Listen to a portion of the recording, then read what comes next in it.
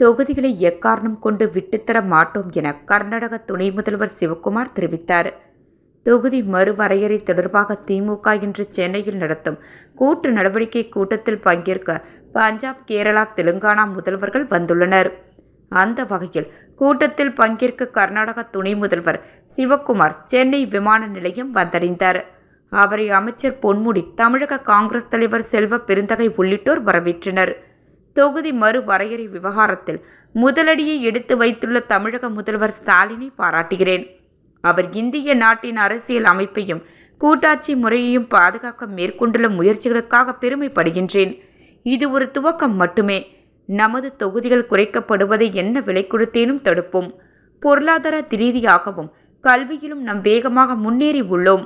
ஒற்றுமையாய் இருந்து நமது தொகுதிகள் எதுவும் குறைக்கப்படாமல் பாதுகாப்போம். பாஜக கட்சியினர் கருப்பு கொடி காட்டுவதை வரவேற்கின்றேன். அவர்கள் என்னை திகார் சிறைக்கு அனுப்பினாலும் பயப்பட மாட்டேன். இவ்வாறு சிவக்குமார் கூறினார்.